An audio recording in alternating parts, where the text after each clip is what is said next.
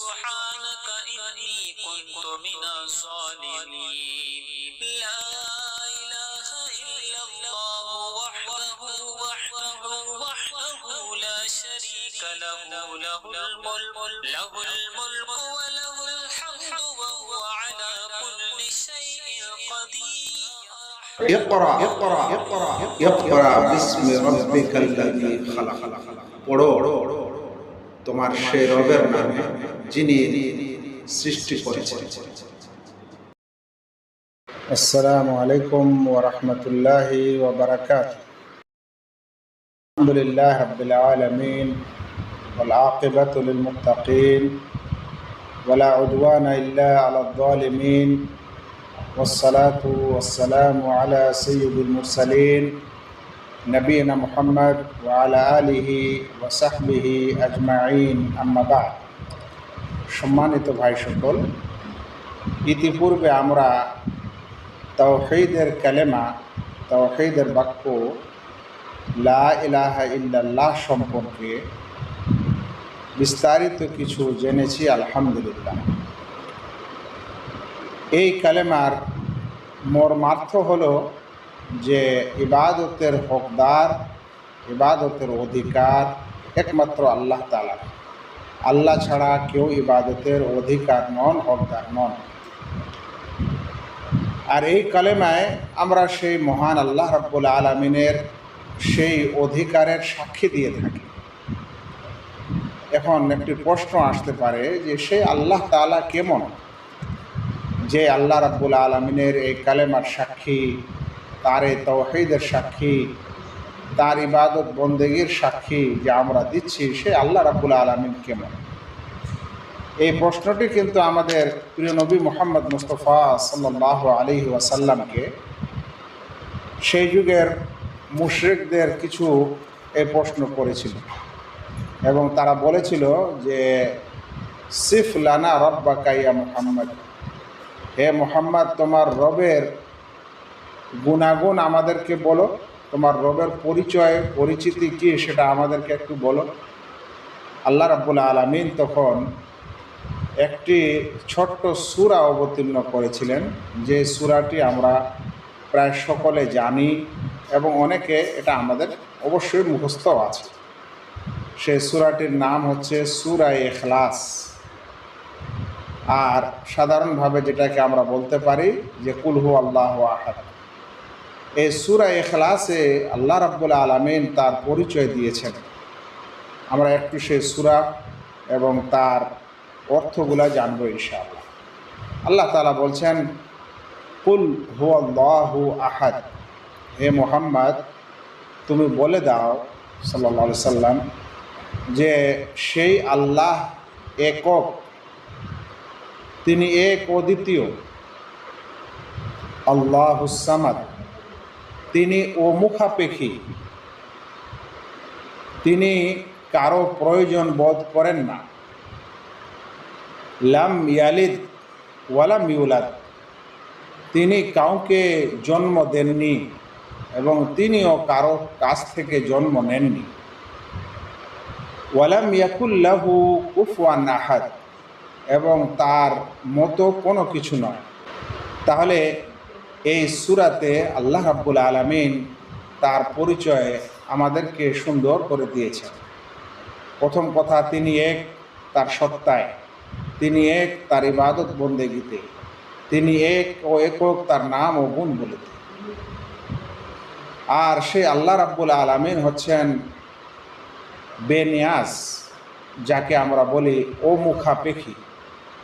তার কারো প্রয়োজন হয় না, কোনো কিছুর প্রয়োজনমুখী তিনি না। পৃথিবীর সব কিছুই আল্লাহ তাআলার প্রয়োজনমুখী, কারণ আমরা সকলে হলাম অভাবী, মুখাপেক্ষী। আর আল্লাহ রাব্বুল আলামিনই একমাত্র সেই সত্তা যিনি হচ্ছেন আল গানি, তিনি হচ্ছেন অমুখাপেক্ষী। সেই রাব্বুল আলামিনের পরিচয় এই সূরাতে রয়েছে। তার পরিচয়ের একটি অংশ অন্য এক আয়াতে আল্লাহ তাআলা বলছেন লাইসা কামিসলিহি শাইউন ওয়া হুয়াস সামিউল বাসীর, তার মতো কোনো কিছু নয়, তিনি সর্বশ্রোতা, তিনি সর্বদ্রষ্টা। অর্থাৎ আল্লাহ রাব্বুল আলামিন যা কিছুই তার বর্ণনা এসেছে, যা কিছু তার গুণ হিসাবে উল্লেখ হয়েছে, সেগুলো কোনো সৃষ্টি জগতের মতো না, সৃষ্টির সাথে তার সদৃশ্য নয়। তিনি হচ্ছেন লাইসা কামিথলিহি শাইউন ওয়া হুয়াস সামিউল বাসীর, তার মতো কোনো কিছু নয়, তিনি সর্বশ্রোতা, তিনি সর্বদ্রষ্টা। ভাই সকল, অনেক মানুষ আল্লাহ রাব্বুল আলামিনকে যেহেতু পৃথিবীর মানুষেরা আমরা দেখিনি, আর তিনি এই পৃথিবীতে কাউকে দেখাও দেননি, তবে এটা সত্য যে তিনি কিয়ামতে এবং জান্নাতে জান্নাতীদের দেখা দিবেন। তাই যারা আমরা আল্লাহ রাব্বুল আলামিনকে দেখিনি, আর কেউই দেখেনি দুনিয়াতে, এখন কিছু মানুষ মহান আল্লাহর পরিচিতি ও গুণ ইত্যাদি বিশ্বাস করেন না। তারা বলেন যে আল্লাহর কোনো গুণ নেই, তিনি গুণহীন সত্তা, গুণগত সত্তা নয়। এখন প্রশ্ন হলো যে যদি গুণহীন সত্তা হয়, যার গুণই নেই, তাহলে তিনি আবার কিভাবে মহাবিশ্বের পরিচালক এবং মহাবিশ্বের নিয়ন্ত্রক এবং সব কিছুর রাজা ধীরাজ তিনি কিভাবে হতে পারেন, যার কোনো গুণই নেই? সেজন্য মনে রাখতে হবে যে আল্লাহ রাব্বুল আলামিন একটি এমন পুত পবিত্র সত্তা, যেটা গুণগত সত্তা, সেটা কোনো গুণহীন সত্তা নয়। উল্লেখ্য, ইসলাম ছাড়া বিভিন্ন ধর্মে আল্লাহ রাব্বুল আলামিনের পরিচিতি এবং তার বর্ণনা স্পষ্ট নয় বলে অনেক এমন ধর্ম আছে যেখানে আল্লাহ রাব্বুল আলামিনকে গুণহীন মনে করা হয়। আবার কিছু এমনও সম্প্রদায় আছে যারা মনে করে যে আসলে আল্লাহর কোনো সত্তা সত্যিকারে নেই, যা কিছু দুনিয়াতে আমরা দেখছি শুনছি, এসব কিছুই হচ্ছে আসলে আল্লাহ তাআলার বহিঃপ্রকাশ বা আল্লাহ তাআলার অংশ। সে কারণে সত্যিকারে ইসলাম ছাড়া বাকি সকল মাযহাবের ধর্মে আল্লাহ তাআলার পরিচিতি সুন্দরভাবে নেই বলে অনেক কিছুকে মানুষ অস্বীকার করে থাকে। যদি পৃথিবীর কোনো এক বস্তুকে আপনি স্মরণ করতে চান, তাহলে অবশ্যই তার কিছু গুণ আপনার মাথায়, আমাদের মস্তিষ্কে চলে আসে।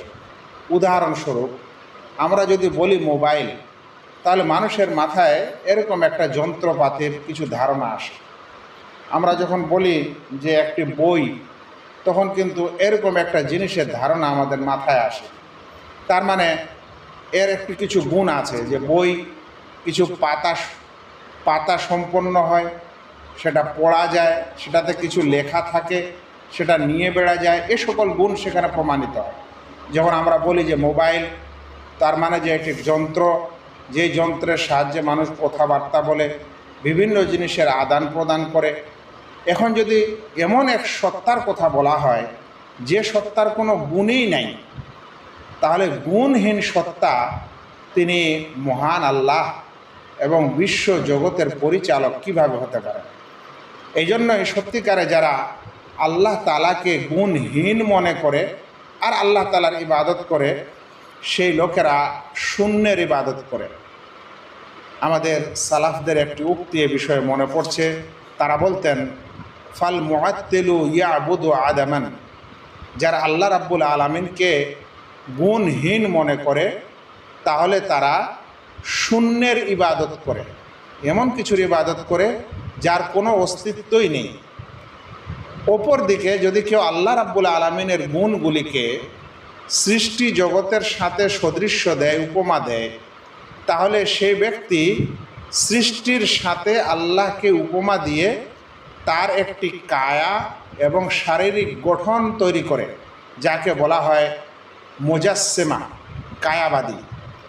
তাহলে যারা গুণ অস্বীকার করে তারা অস্তিত্বহীনের ইবাদত করে, আর যারা গুণগুলিকে সৃষ্টির সাথে সদৃশ্য দেয় তারা মূর্তির সাদৃশ্য দেয়, মূর্তির মতো আল্লাহকে বিচার করে তার ইবাদত করে। সেজন্য আমাদের সালাফরা বলতেন যে যারা আল্লাহর গুণগুলিকে অস্বীকার করে তারা শূন্যের ইবাদত করে, আর যারা আল্লাহ গুণগুলিকে সৃষ্টি জগতের সাথে সদৃশ্য দেয়, তারা কিন্তু মূর্তির ইবাদত করে। এর মাঝে রয়েছে সত্যিকারের ঘটনা বা সত্যি বিশ্বাস। ভাইরা, যারা আল্লাহ রাব্বুল আলামিনকে গুণহীন সত্তা মনে করে, তারাই কিন্তু সর্বেশ্বরবাদ আকীদা লালন করে। সর্বেশ্বরবাদ কথাটির অর্থ হলো সব কিছুতে ঈশ্বরের অস্তিত্ব বিশ্বাস করা। অর্থাৎ মহাজগতে আমরা যা কিছু দেখছি, এ সব কিছু হচ্ছে ঈশ্বর এবং সব কিছুর মধ্যে ঈশ্বর বিরাজিত বিদ্যমান। এটাকে বলা হয় সর্বেশ্বরবাদ। এর মানে হবে এই যে তাহলে পৃথিবীতে আপনি আকাশ আছে, জমিন আছে, গাছপালা আছে, নদী নালা আছে, পশু পাখি আছে, জীবজন্তু আছে, এ সব কিছুই স্রষ্টা, সব কিছুই খালেক, সব কিছুই ঈশ্বর। এরকম হলে তো আবার পৃথিবীর সব কিছুরই ইবাদত করা সত্যিকারে ইবাদত করা হবে। কারণ যদি সব কিছুই ঈশ্বরের অংশ হয়, তাহলে সব কিছুর ইবাদত করা সঠিক হবে। কিন্তু ইসলাম তো এ কথা বলেনি যে সব কিছুর ইবাদত করতে হবে, বরং ইসলাম কঠোরভাবে নিষেধ করেছে যে সৃষ্টি জগতের কোনো কিছুর ইবাদত করা যাবে না, ইবাদত করতে হবে একমাত্র স্রষ্টা আল্লাহ রাব্বুল আলামিনের। এই সর্বেশ্বরবাদের আকীদা গ্রিক দর্শনে পাওয়া যায়। সেই গ্রিক দর্শন থেকে এই আকীদা, হিন্দুইজমও এই আকীদা পোষণ করা হয়। সেজন্য তারা বলে যে সব কিছুতে ঈশ্বর রয়েছে বা সব কিছুর মধ্যে ঈশ্বরের বহিঃপ্রকাশ আছে। সেজন্য তারা সব কিছুর ইবাদত করে থাকে। আমরা দেখেছি যে তারা যেমন মাটিরও করে, পাথরেরও করে, গাছপালারও করে, বিভিন্ন পশুর করে, এমনকি বিভিন্ন অঙ্গেরও করে। তার মানে তাদের কাছে সব কিছুতে ঈশ্বর আছে বলে তারা এসব কিছুকে ইবাদত করে থাকে। কিন্তু একজন সত্যিকারে মুসলিম আল্লাহ রাব্বুল আলামিনকে একটি পৃথক সত্তা ভাববে, আর আল্লাহ ছাড়া যা কিছু আছে দুনিয়াতে এসব কিছুকে আল্লাহ তাআলার সৃষ্টি বিশ্বাস করবে, মাখলুক মনে করবে। ইবাদত হবে খালেকের, ইবাদত মাখলুকের হবে না। এটাই হচ্ছে ইসলামের দর্শন। আরও একটি ইসলামের দর্শন হচ্ছে সেই খালেক বা সৃষ্টিকর্তা, তিনি সৃষ্টি জগতের মধ্যে মিশে নেই। মানে আল্লাহ রাব্বুল আলামিন সৃষ্টিকে সৃষ্টি করার পর তিনি সৃষ্টি জগতের ভিতরেই বিরাজিত না, বরং তিনি সৃষ্টি জগৎ থেকে পৃথক সপ্ত আকাশের উপরে আরশে সমুন্নত। সেই সৃষ্টি জগতের ভিতরে তিনি বিরাজিত না। যেই মানুষেরা বলবে যে সব কিছুতে আল্লাহ আছে, ঈশ্বর আছে, তার মানে তারা সৃষ্টি জগতের সব কিছুতে আল্লাহকে বিরাজমান মনে করে। বলা বাহুল্য, এই আকীদার রেশ ধরেই আমাদের মুসলিম সমাজের কিছু মানুষ বলে থাকে যে আল্লাহ তাআলা সর্বস্থানে বিরাজমান। যদি আল্লাহ তাআলাকে সব স্থানে আপনি বিরাজিত ভাবেন, সব স্থানে যদি আল্লাহকে মওজুদ বিশ্বাস করেন, তাহলে সর্বেশ্বরবাদের আকীদা ও মুসলিমদের আকীদা ও বিশ্বাস আর আমাদের আল্লাহ তাআলার সব স্থানে বিশ্বাস করা কি এক হয়ে গেল না? এটাকে তো সর্বেশ্বরবাদের আকীদা বলা হয়। আল্লাহ রাব্বুল আলামিনের সাথে সম্পর্কে আর একটি বিশেষ আকীদার নাম হচ্ছে অনুপ্রবেশবাদ, যাকে আরবিতে বলা হয় হুলুলিয়া, হুলুলি মতবাদ বা অনুপ্রবেশবাদ। এই মতবাদে বিশ্বাস করা হয় যে স্রষ্টা মানে আল্লাহ তাআলা সৃষ্টি জগতের সব কিছুতে বিরাজিত না, কিন্তু বিশেষ বিশেষ কিছুতে বিরাজিত।